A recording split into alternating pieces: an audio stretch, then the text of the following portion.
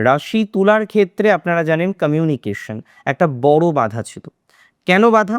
কারণ আজকে গিয়ে আমরা সেই ২০২৫-এর প্রথম থেকেই দেখছি যে কমিউনিকেট করছেন, আবার পিছিয়ে আসছেন। আবার রিকমিউনিকেট করছেন, আবার পিছিয়ে আসছেন। সো যতবার আপনি কন্টিনিউ করার চেষ্টা করছেন, রিকমিউনিকেট করার চেষ্টা করছেন, আপনার কোনো না কোনো একটা ডিস্টার্বেন্স, কোনো না কোনো একটা অবস্টাকল আপনি বারবার, হাজারবার কিন্তু ফেস করেছেন পার্টিকুলার এই ম্যাটারটাকে কেন্দ্র করে।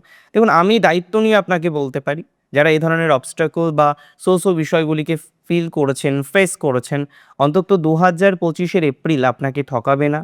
এপ্রিল আপনাকে দেখবেন অনেকটাই সাপোর্ট দেবে।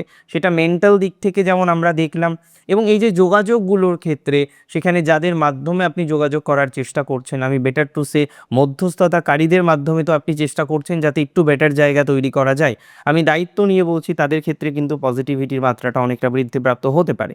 তবে কমিউনিকেট করার ক্ষেত্রে যদি মানি এক্সচেঞ্জ করতে হয়, ধরুন আপনার কিছু অর্থ আপনি আ কাউকে দিচ্ছেন ফর সাম রিজন, যে না সে আপনার একটা কাজ করে দেবে, এবং যেখানে আর্থিক এই ট্রান্সেকশনগুলো চলে আসবে সেখানে আপনাকে কিন্তু একটু বেশি সচেতনতা রেখে কন্টিনিউ করার চেষ্টা করতে হবে। আদারওয়াইজ কিছু প্রবলেম নতুন করে আসতে পারে, আদারওয়াইজ কিছু সমস্যার মধ্যে দিয়ে আপনাকে কিন্তু কন্টিনিউ করতে হতে পারে।